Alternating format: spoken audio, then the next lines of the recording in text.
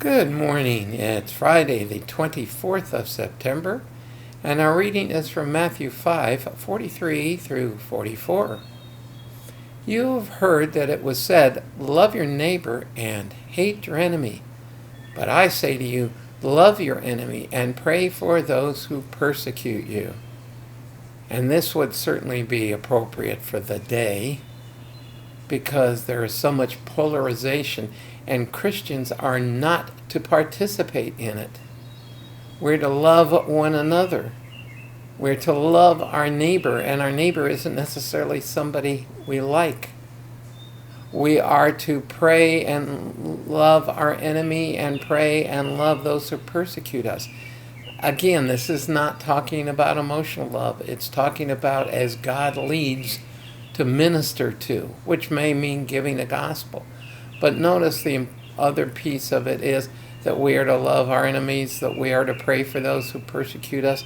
This means we are not to hate others.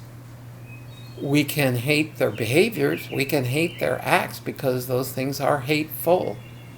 But we always have to come back to the truth that while we were God's enemies, He loved us.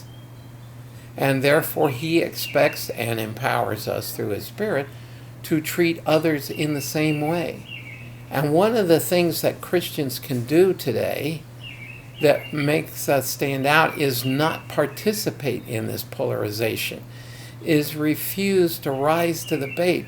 That's what Satan wants us to do, because it undermines our opportunities to share the truth.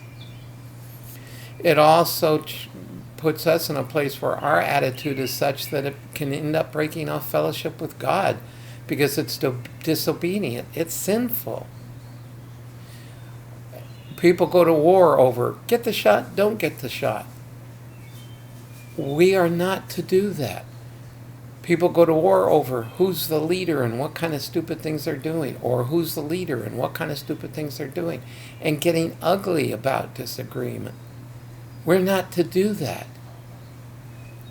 Christ expects us and empowers us, because He knows we can't do out of our own strength, expects us to be His ambassadors. And as His ambassadors, we are to treat all with respect.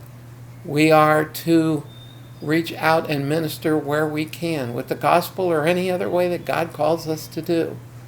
We are to be example of His love. Yes, we can stand against those things that go against God, but we are not to judge harshly, and we are to do it with humility. If you want to know what it means to love your neighbor, go read the parable of the Good Samaritan. If you want to know what it means to pray for those who persecute you, go look at Stephen's actions as he gives the truth to those who are about to martyr him. This is what God expects of us. And by the way, we'll be less stressed in some ways and more blessed if we don't get caught up in all of the insanity.